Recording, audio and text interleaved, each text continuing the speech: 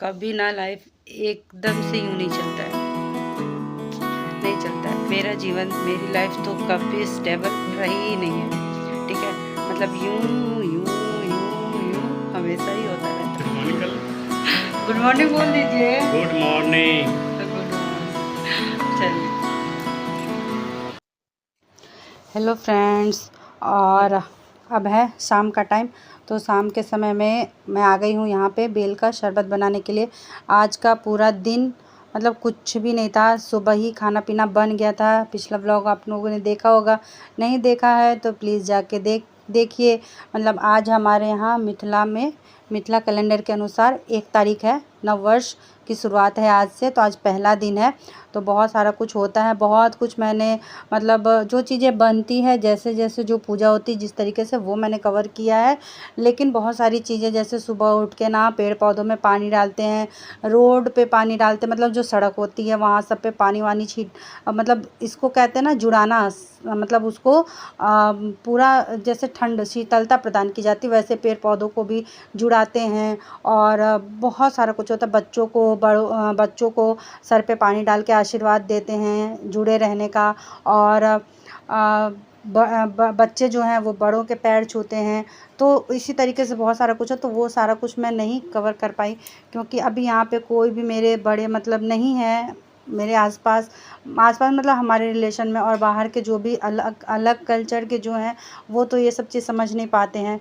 जैसे मेरी चाची सास वो भी बाहर गई हुई हैं, मेरी मम्मी पापा भी यहाँ पे नहीं है, वो भी बाहर हैं।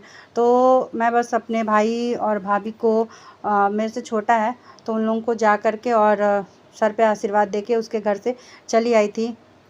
उन लोगों ने भी पैर वगैरह छुए तो सबको आशीर्वाद दिया, बाकी सबको फ़ोन करके प्रणाम कर लिया है। और खाना पीना सब कुछ सुबह ही सुबह बन गया था। उसके बाद जो भी घर का थोड़ा बहुत काम होता है, तो नहाने वहाने के बाद पूजा वूजा करने के बाद वो सारा कुछ करके, तो थोड़ा सा आज मुझे टाइम मिल गया था, तो मैं अच्छे से आराम करी हूँ। फिर वीडियो एडिट करा है, वीडियो डाला है। उसके बाद अब मैं शाम को यहाँ पे आ गई हूँ बेल का शरबत बनाने के लिए। अभी बच्चों की डिमांड थी, भूख लग रही थी। अब दोपहर में खाना खाए हैं जल्दी से, जल्दी क्या, स्कूल से आए हैं, आज छुट्टी नहीं थी, स्कूल से आए हैं। तो 2:30-3 बजे तक तो खाना खाए ही हैं, लेकिन फिर भी बच्चों को होता है ना शाम को थोड़ा बहुत स्नैक्स का वो रहता है, तो कुछ भी या तो छान के दे दीजिए या कुछ बना दीजिए। तो बोल रहे थे बच्चे, मैंने कहा नहीं, आज चूल्हा बिल्कुल नहीं आज के दिन चूल्हे को सुबह और रात बिल्कुल नहीं जलाया जाता है, इसीलिए एकदम सुबह सुबह पूरे दिन का रात का खाना बना के रख लिया जाता है।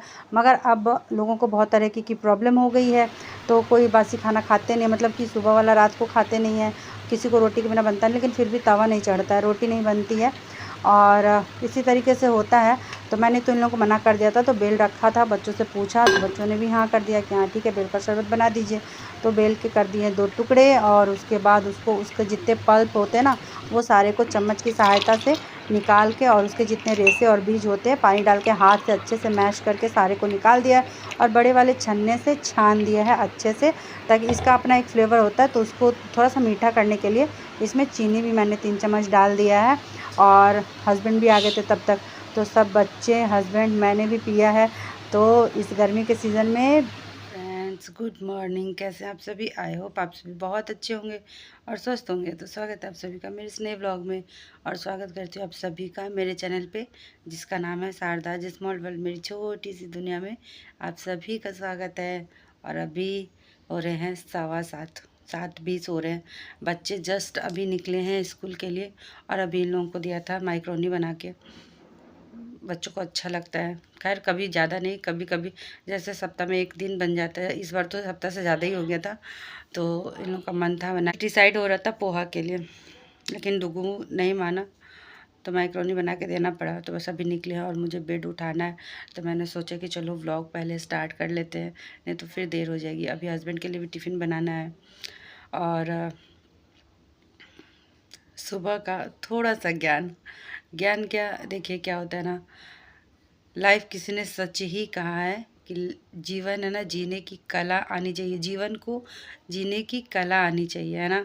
हर किसी के जीवन में कुछ न कुछ कुछ न कुछ मतलब रहता ही है। कभी ना लाइफ एकदम से यूँ नहीं चलता है, नहीं चलता है। किसका लाइफ बिल्कुल यूँ चल रहा है बताइए? नहीं चलता है किसी का। हेल्थ से रिलेटेड, फाइनेंशियली, कुछ ना कुछ मतलब लगा ही रहता है, रिलेशन से रिलेटेड कुछ ना कुछ आपके जीवन में चलता ही रहेगा। एक चीज़ है, मेरा जीवन, मेरी लाइफ तो कभी स्टेबल रही ही नहीं है, ठीक है। मतलब यूं यूं यूं यूं हमेशा ही होता रहता है। एक चीज़ जाती है तो दूसरी आती है, एक आता है तो दूसरा जाता है। बिल्कुल एकदम, मतलब कभी कभी तो इतना वो हो जाते कि लगता है कि मतलब बस क्यों हो रहा है अभी ये सब चीज़। लेकिन जीवन हमारा है, हमारे पता नहीं कब के क्या क्या चीज़ें हैं। हमारे कर्म कह लीजिए, हमारे ही किए हुए कर्म होते हैं जो लौट के हमारे पास आते हैं। सब कुछ प्लान्ड है, कुछ भी ऐसा नहीं है कि बिल्कुल अचानक से हो रहा है।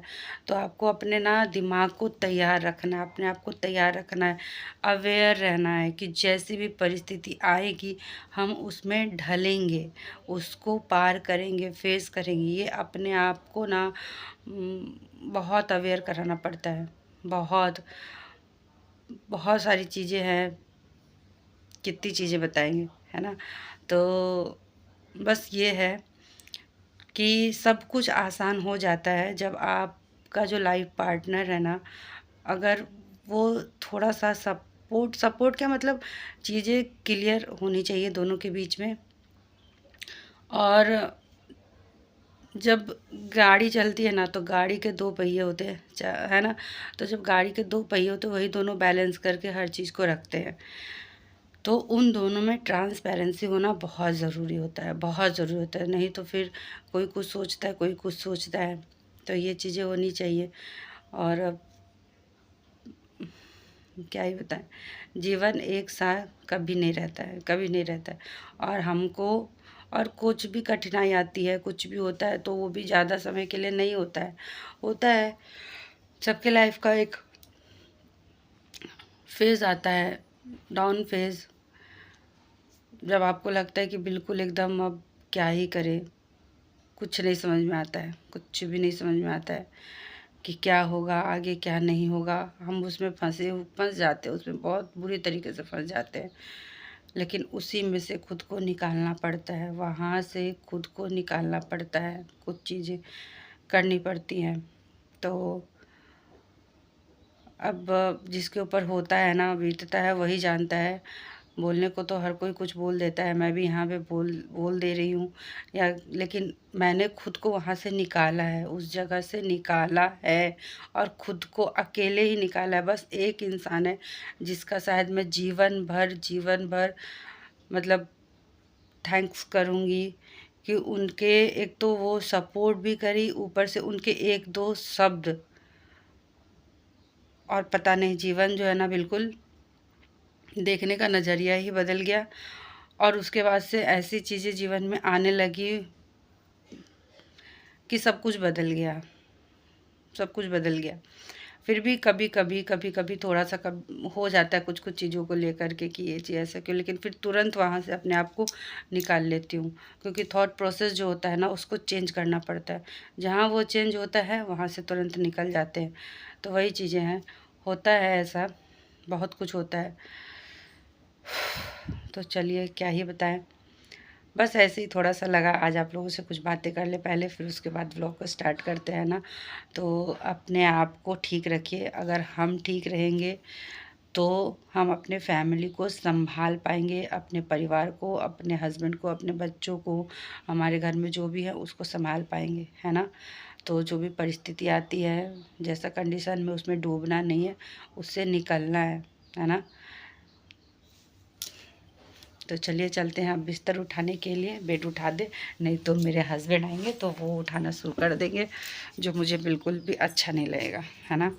तो निकालते हैं, और इनके लिए टिफ़िन बनाने, तो इनके लिए क्या बनाएंगे, टाइम 7:30 हो रहे। और ये है मटर, जो सूखी येलो वाली मटर होती है ना, वही है।